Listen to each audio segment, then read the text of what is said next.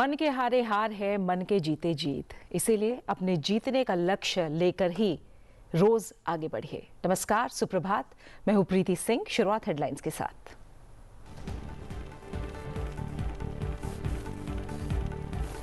प्रधानमंत्री नरेंद्र मोदी आज केरल के दौरे पर तिरुवनंतपुरम में विभिन्न विकास परियोजनाओं का करेंगे लोकार्पण और शिलान्यास। लॉन्च करेंगे PM Svanidhi credit card. 1 lakh लाभार्थियों को पीएम स्वनिधि ऋण करेंगे वितरित। 3 अमृत भारत एक्सप्रेस को दिखाएंगे झंडी।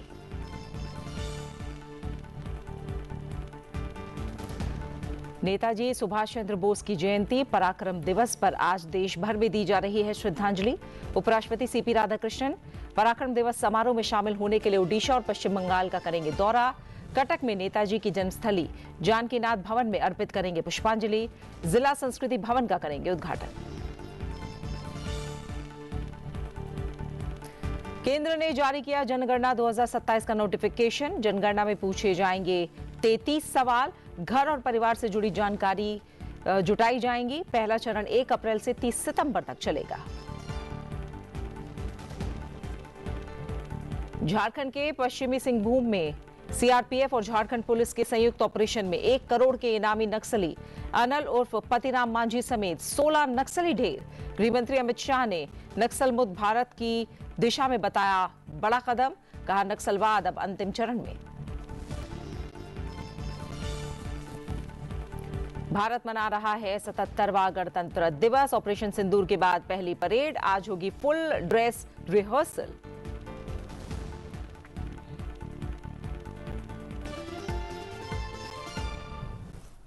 प्रधानमंत्री नरेंद्र मोदी से गुरुवार को ब्राजील के संघीय गणराज्य के राष्ट्रपति लुइज इनासियो लुला दा सिल्वा ने फोन पर बातचीत की। दोनों नेताओं ने भारत ब्राजील रणनीतिक साझेदारी को और मजबूत करने और आने वाले वर्षों में इसे और भी ज्यादा ऊंचाइयों पर ले जाने की प्रतिबद्धता दोहराई है। पिछले साल ब्रासीलिया और दक्षिण अफ्रीका में अपनी बैठकों को याद करते हुए दोनों नेताओं ने व्यापार और निवेश, टेक्नोलॉजी, रक्षा, ऊर्जा, स्वास्थ्य और कृषि और लोगों से लोगों के संबंधों सहित द्विपक्षीय सहयोग के विभिन्न क्षेत्रों में हासिल की गई महत्वपूर्ण प्रगति पर संतोष जाहिर किया है। दोनों ने आपसी हितों के क्षेत्रीय और वैश्विक मुद्दों पर भी विचारों का आदान प्रदान किया। साझा चुनौतियों से निपटने में बहुपक्षवाद के महत्व को भी रेखांकित किया। प्रधानमंत्री नरेंद्र मोदी ने बताया कि वो राष्ट्रपति लुला का जल्द से जल्द भारत में स्वागत करने को लेकर उत्सुक हैं।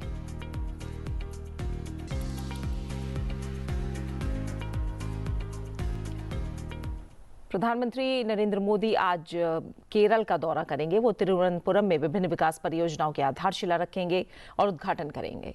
ये परियोजनाएं रेल संपर्क, शहरी आजीविका, विज्ञान और नवाचार, लोक केंद्रित सेवाएं और उन्नत स्वास्थ्य सेवा सहित प्रमुख सेक्टरों को कवर करती है, जो समावेशी विकास, प्रौद्योगिकी उन्नति और नागरिकों के जीवन की बेहतर गुणवत्ता पर प्रधानमंत्री के निरंतर फोकस को दिखाती है। प्रधानमंत्री रेल संपर्क को बढ़ावा देने के उद्देश्य से 4 नई रेल सेवाओं को झंडी दिखाएंगे, जिनमें 3 अमृत भारत एक्सप्रेस और 1 यात्री ट्रेन शामिल है। इन सेवाओं के शुरू होने से केरल, तमिलनाडु, कर्नाटक, तेलंगाना और आंध्र प्रदेश के बीच लंबी दूरी और क्षेत्रीय संपर्क में उल्लेखनीय सुधार होगा, जिससे यात्रियों के लिए अब यात्रा ज्यादा किफायती, सुरक्षित और समयबद्ध हो जाएगी। बेहतर संपर्क से पूरे क्षेत्र में पर्यटन, व्यापार, शिक्षा, रोजगार और सांस्कृतिक आदान प्रदान को प्रोत्साहन मिलेगा। प्रधानमंत्री शहरी आजीविका को सुदृढ़ करने के प्रयासों के तहत PM Svanidhi credit card launch करेंगे, जो स्ट्रीट वेंडरों के लिए वित्तीय समावेशन के अगले चरण की शुरुआत है। विज्ञान और नवाचार के क्षेत्र में प्रधानमंत्री तिरुवनंतपुरम में CSIR, NIIST नवाचार प्रौद्योगिकी और उद्यमिता केंद्र की आधारशिला रखेंगे। यह अनुसंधान को बाजार के लिए तैयार समाधानों और उद्यमों में परिवर्तित करने के लिए एक मंच के रूप में काम करेगा। स्वास्थ्य सेवा अवसंरचना को मजबूत करना इस यात्रा का एक अन्य प्रमुख उद्देश्य होगा। प्रधानमंत्री तिरुवनंतपुरम के श्री चित्रा तिरुनल आयुर्वेद विज्ञान और प्रौद्योगिकी संस्थान में अत्याधुनिक रेडियो सर्जरी केंद्र की आधारशिला रखेंगे। प्रधानमंत्री तिरुवनंतपुरम में पूजपुरा के नए डाकघर का भी उद्घाटन करेंगे। ये आधुनिक टेक्नोलॉजी से सुसज्जित सुविधा केंद्र डाक, बैंकिंग, बीमा, डिजिटल सेवाओं की एक व्यापक श्रृंखला प्रदान करेगा, जिससे नागरिक केंद्रित सेवा वितरण को और मजबूती मिलेगी। Look, what is happening in Kerala is quite clear and quite obvious.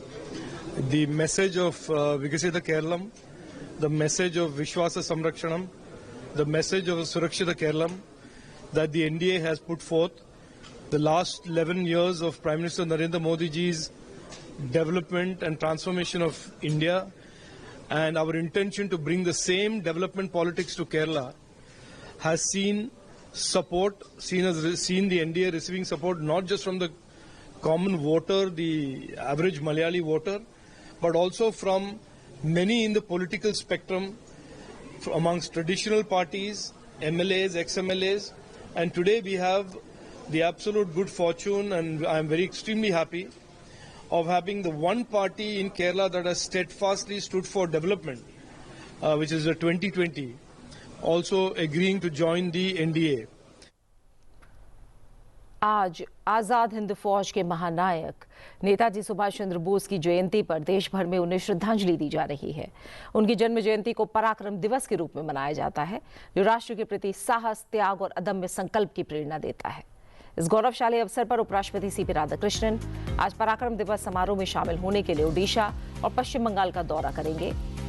उपराष्ट्रपति ओडिशा आज सुबह पहुंचेंगे, जहां वो कटक में नेताजी सुभाष चंद्र बोस की जन्मस्थली जानकीनाथ भवन में पुष्पांजलि अर्पित करेंगे। इस अवसर पर वो कटक में संस्कृति भवन का उद्घाटन करेंगे। इसके अलावा उपराष्ट्रपति डिस्ट्रिक्ट कल्चर भवन का भी उद्घाटन करेंगे। इसके बाद दोपहर के वक्त उपराष्ट्रपति सीपी राधाकृष्णन पश्चिम बंगाल के लिए रवाना हो जाएंगे। वहां वो कोलकाता में संस्कृति मंत्रालय द्वारा आयोजित पराक्रम दिवस समारोह में भाग लेंगे। इन सभी कार्यक्रमों का सीधा प्रसारण आप संसद टीवी पर देख सकते हैं।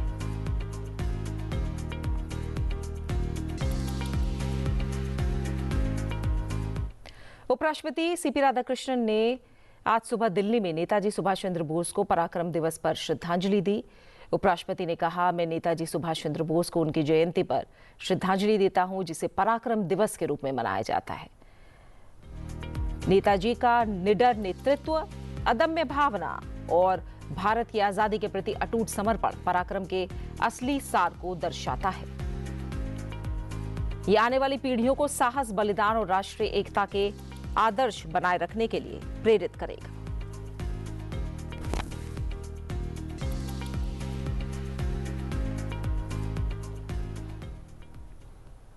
पराक्रम दिवस पर उपराष्ट्रपति ने नेताजी को श्रद्धांजलि दी है और जैसे मैंने आपको बताया कि नेतृत्व और अदम्य भावना, उनके साहस को लेकर, उनके अटूट समर्पण को लेकर उन्हें याद किया है नेताजी को उपराष्ट्रपति ने। और साथ ही उपराष्ट्रपति सीपी राधाकृष्णन कल श्री रमण महर्षि की 146वीं जयंती समारोह में मुख्य अतिथि के तौर पर शामिल हुए। इस मौके पर उन्होंने एक विशेष स्मारक सिक्का जारी किया। इस मौके पर उपराष्ट्रपति ने श्री रमण महर्षि को याद किया। श्री रमण महर्षि 20वीं सदी के एक प्रख्यात भारतीय आध्यात्मिक गुरु थे, जो मुख्य रूप से आत्म अन्वेषण और मौन के माध्यम से अद्वैत वेदांत की शिक्षा के लिए जाने जाते हैं। इस मौके पर उपराष्ट्रपति ने कहा कि उन्होंने मानव को आध्यात्म का मार्ग दिखाया। His profound teaching of Atma Vichar or self-inquiry and his emphasis on inner realization. Everybody who wants to perfect themselves are always trying to find a way so that they want to have their inner realization. That inner realization have inspired seekers across the world, establishing him as one of the India's most universally respected spiritual asan, spiritual guru. At a time of profound social and intellectual transformation, Bhagavan reaffirmed the eternal wisdom of India, not through elaborate discourse or institutional doctrine, but through the quiet power of silence, simplicity, and direct inner experience. इस मौके पर उपराष्ट्रपति ने कहा कि समाज के लिए कुछ करने का सही तरीका श्री रमण महर्षि ने सबको सिखाया। उनके दिखाए गए रास्ते आज के वक्त में बेहद जरूरी हैं। Why we need a spiritual thinking? You have to keep your conscience always aware about the negative things. For that, you need a spiritual thinking inside. Then that will tell you not to do the negative things, not to do the wrong things, not to do any harm to others. Never practice negative thinking, action in your life. That is why we need spirituality. This message always transcends religious and cultural boundaries and continues to guide spiritual aspirants across India and the world. He never preached anything. This faith is good, that faith is not good, this God is good, that God is not good. God is one. How you want to worship? You can worship in your own way. साथ ही उपराष्ट्रपति ने कहा कि उनकी शिक्षा ने समाज को, देश को सही मार्ग दिखाने का काम किया है। Sri Ramana Maharishi's compassion extended equally to human beings, animals, and all living creatures. That is his speciality. And reflecting values of resonate deeply with India's civilizational ethos. For over 100 years, Sri Ramanashramam has remained the steadfast in its mission, serving as a sanctuary for all who seek inner transformation through the teachings of the great Maharishi. I am happy to note that Ramanashram, along with Ramana Kendras in India and abroad, continue to play a vital role in preserving and disseminating his timeless vision.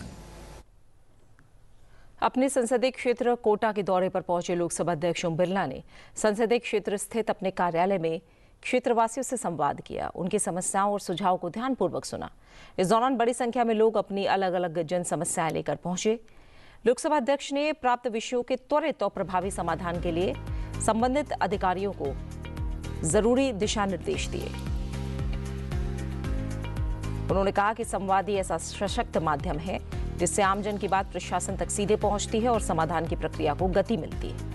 Lok Sabha अध्यक्ष ओम बिरला ने कहा कि यह प्रयास निरंतर जारी रहेगा ताकि हर नागरिक की समस्या का समयबद्ध निराकरण हो सके और जनता का विश्वास प्रशासनिक व्यवस्था में और ज्यादा सुदृढ़ हो।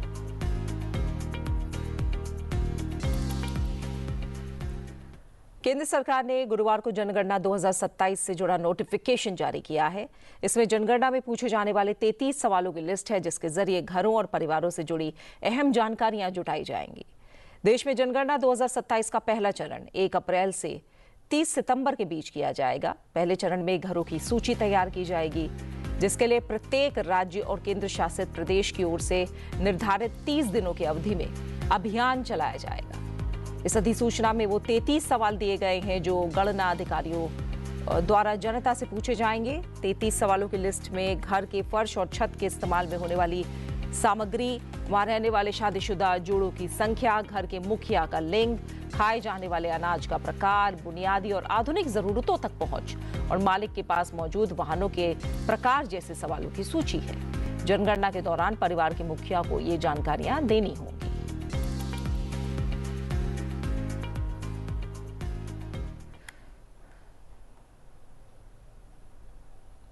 गृह मंत्री अमित शाह ने बताया है कि झारखंड के पश्चिम सिंहभूम जिले में सुरक्षा बलों के साथ हुई मुठभेड़ में शीर्ष नेता अनल समेत 16 माओवादी मारे गए हैं। सोशल मीडिया एक्स पर जानकारी साझा करते हुए गृह मंत्री ने कहा, आज पश्चिमी सिंहभूम में सीआरपीएफ और झारखंड पुलिस ने संयुक्त अभियान में कुख्यात इनामी नक्सली सेंट्रल कमेटी मेंबर अनल उर्फ पतिराम मांझी और 15 अन्य नक्सलियों को अब तक मुठभेड़ से नक्सल मुक्त अभियान को बड़ी सफलता मिली है और दशकों से भय और आतंक के पर्याय रहे नक्सलवाद को 31 मार्च 2026 से पहले समाप्त करने के लिए हम संकल्पित हैं। बाकी नक्सलियों से हिंसा, आतंक और हथियारों से जुड़ी अपनी विचारधारा को त्यागने और विकास और विश्वास की मुख्य धारा में शामिल होने की भी अपील की। कल हम लोग को सूचना प्राप्त हुआ था कि जो सेंट्रल कमेटी मेंबर हैं अनल हैं, वो अपना दस्ता के साथ जो कुंडी जंगल क्षेत्र में ब्रह्मशील रहा है, उसी सूचना के आधार पर पुलिस बल के द्वारा कल ऑपरेशन चलाई गई थी। इसी ऑपरेशन में कोबरा बटालियन, सीआरपी और जेजे और जो चाईबासा पुलिस का टीम शामिल थे। आज सुबह लगभग 6:30 बजे के आसपास नक्सली द्वारा पुलिस के ऊपर फायरिंग करना शुरू कर लिया था। वो फायरिंग रुक के लगातार कंटिन्यू चली है, बहुत देर तक चली है। फायर खत्म होने के बाद फिर सर्च अभियान कराया गया था। उसके दौरान 15 नक्सलियों का जो लाश पाया गया है, उसमें से 11 नक्सलियों का आइडेंटिफाई हो चुकी हैं। गृह और सहकारिता मंत्री अमित शाह ने उत्तराखंड के हरिद्वार में गायत्री परिवार द्वारा आयोजित शताब्दी समारोह को संबोधित किया। उन्होंने कहा कि हरिद्वार एक पवित्र कुंभ क्षेत्र है, जिसे सप्तऋषियों की तपस्या भूमि के रूप में जाना जाता है। उन्होंने कहा कि इस दिव्य भूमि पर संतों ने अपनी आध्यात्मिक शक्ति से न केवल स्वयं को बल्कि करोड़ों लोगों को आध्यात्मिकता के मार्ग पर आगे बढ़ने के लिए प्रेरित किया। अमित शाह ने कहा कि इसी भूमि पर पंडित श्री राम शर्मा आचार्य और वंदनीय माता जी ने गायत्री ऊर्जा को जागृत करने का महान कार्य किया। की रचना समग्र पृथ्वी पर बसते मानवों के कल्याण के लिए की गई, मगर धीरे धीरे वो कर्मकांड बनकर रह गया था। पंडित राम शर्मा ने गायत्री मंत्र को वैज्ञानिक आधार देकर नई ऊर्जा देने का काम किया। जो युवा मेरा भाषण सुन रहे हैं, उनको मैं कहना चाहता हूं, मुझे भी मेरे गुरुजी ने जब गायत्री मंत्र का अर्थ समझाया और उसका उच्चारण करने की पद्धति समझाई, उसके बाद में मेरी सोच, मेरे व्यक्तित्व, मेरी बुद्धि और मेरे आत्मा की गति में बहुत बड़ा परिवर्तन आया। आप एक बार मन से प्रयोग कर देखिए, पंडित शर्मा के आशीर्वाद प्राप्त कर स्वार्थ छूटता जाएगा, परमार्थ बढ़ता जाएगा, कायरता निकलती जाएगी, हिंसा बगैर की वीरता अपना स्थान ले लेगी और बुद्धि सदमार्ग पर प्रवृत्त हो जाएगी। अखंड ज्योति सम्मेलन को आस्था, आध्यात्मिकता और संस्कृति का अनूठा संगम बताते हुए अमित शाह ने कहा कि वहां उपस्थित होकर वो शाश्वत ऊर्जा और चेतना का अनुभव कर रहे हैं। उन्होंने कहा कि पंडित श्री राम शर्मा आचार्य ने व्यक्तिगत चरित्र निर्माण के मार्ग के माध्यम से आस्था, आध्यात्मिकता और संस्कृति के पुनरुद्धार का मार्ग प्रशस्त किया। गुरुदेव ने जो रास्ता बताया, जो करोड़ों लोगों ने उस रास्ते पर चलना प्रशस्त किया, युग कोई धर्म नहीं बदल सकता, युग कोई धर्माचार्य भी नहीं बदल सकता, युग कोई फिलॉसफी नहीं बदल सकती। इन्होंने एक सूत्र दिया, बड़ा सरल सूत्र दिया। मैं मानता हूं उस सूत्र ने पूरे भारत को रास्ता दिखाया। उन्होंने कहा, हम बदलेंगे, युग बदलेगा।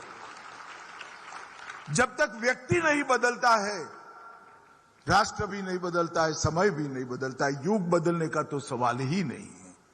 हर व्यक्ति को अच्छा व्यक्ति बनना, हर व्यक्ति को आध्यात्म के रास्ते पर जाना, अगर हर व्यक्ति आध्यात्म के रास्ते पर चल पड़ता है तो युग का परिवर्तन अपने आप हो जाता है।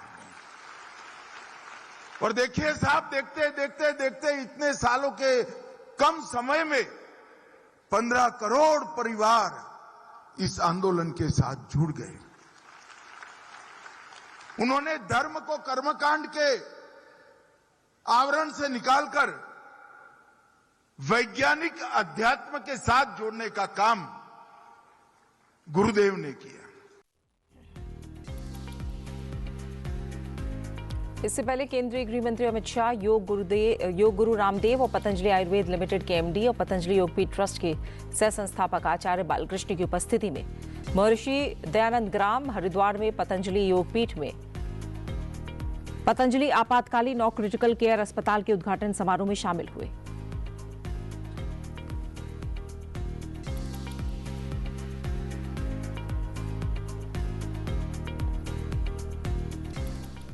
विदेश मंत्री एस जयशंकर ने कहा है कि भारत यूरोपीय संघ के मजबूत संबंध सुगम आपूर्ति श्रृंखलाओं में सहयोग के माध्यम से विश्व अर्थव्यवस्था को जोखिम मुक्त करेंगे। साथ ही मजबूत व्यापार, आवागमन और सुरक्षा साझेदारी के माध्यम से वैश्विक व्यवस्था को स्थिर करेंगे। दिल्ली में यूरोपीय संघ के राजदूतों से बातचीत में डॉक्टर एस जयशंकर ने उनसे अस्थिरता और अनिश्चितता की मौजूदा वैश्विक स्थिति पर चर्चा की। विदेश मंत्री ने कहा कि मजबूत भारत यूरोपीय संघ संबंध मानव संसाधन विकास, समुद्री डकैती विरोधी अभियान और विकास परियोजनाओं जैसी सार्वजनिक सेवाएं प्रदान करके अंतर्राष्ट्रीय समुदाय को आश्वस्त करेंगे। साथ ही उन्होंने कहा कि गणतंत्र दिवस समारोह के लिए यूरोपीय परिषद के अध्यक्ष एंटोनियो कोस्टा और यूरोपीय आयोग की अध्यक्ष उर्सुला फॉन डे लायन की भारत यात्रा का बेसब्री से प्रतीक्षा है।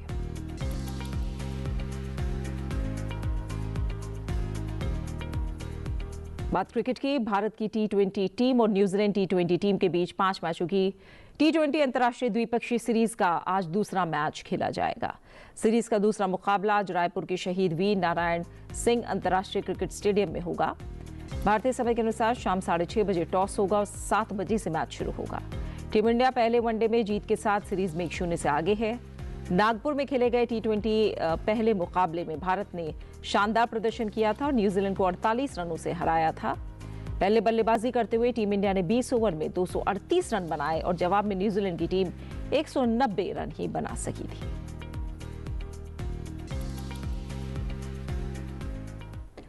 छब्बीस जनवरी 2026 को भारत अपना 77वां गणतंत्र दिवस बड़े उत्साह से मनाएगा।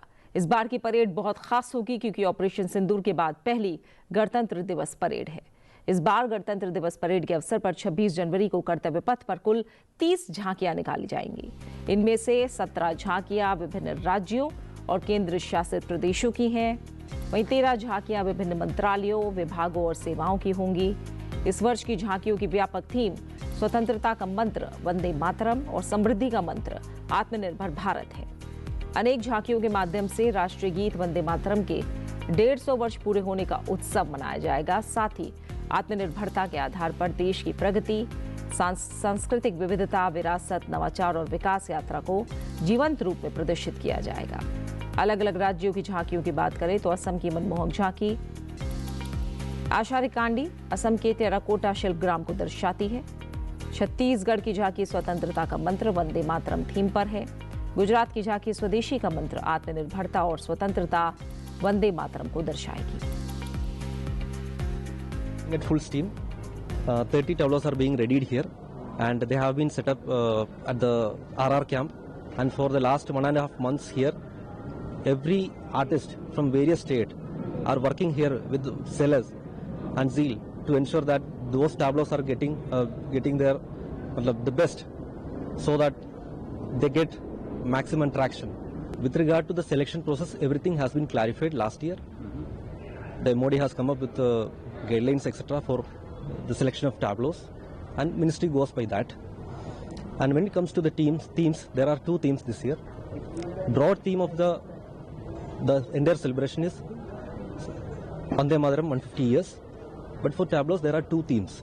One is Swatantrata ka mantra, Vande Mataram, and Samriddhi ka mantra, Atmanirbhar Bharat. These are the broad 2 themes based on which tableaus will be rolling down at Kartavya Path. और 26 जनवरी को मुख्य परेड से पहले अनुशासन, समर्पण और राष्ट्रीय गौरव की प्रतीक गणतंत्र दिवस परेड की रिहर्सल जारी है। जाते जाते आपको छोड़ जाते हैं इसकी जुड़ी कुछ तस्वीरों के साथ। फिलहाल आप मुझे दीजिए इजाजत और बने रहिए सनसद टीवी के साथ। नमस्कार।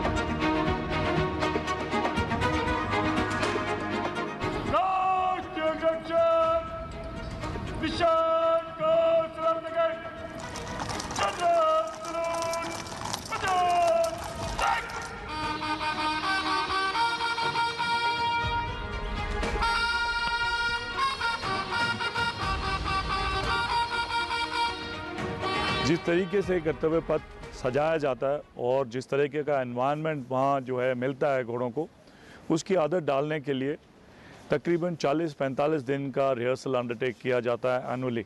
इस दौरान ध्यान रखा जाता है कि घोड़ों को ग्रेजुअली आदत डाली जाए उस माहौल की जहाँ उन्होंने फाइनल डे परफॉर्म करना है।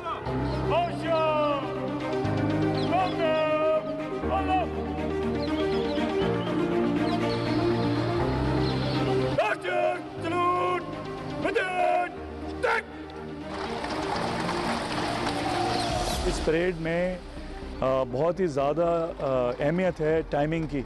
हर चीज़ टाइम्ड है। VVIPs का अराइवल, डिपार्चर, परेड की सारी गतिविधियाँ। उसी लिहाज से राष्ट्रपति जी का जो है राष्ट्रपति भवन से जो डिपार्चर है उनका सैल्यूट लेने का टाइम, परेड का जो है यहाँ से मार्चिंग का टाइम, ये नेशनल इवेंट है जिसको पूरे वर्ल्ड में टेलीवाइज भी किया जाता है। इस लिहाज से क्लॉक वर्क यानी घड़ी की सुई के मुताबिक जो है प्रिसीशन बहुत ज़रूरी है।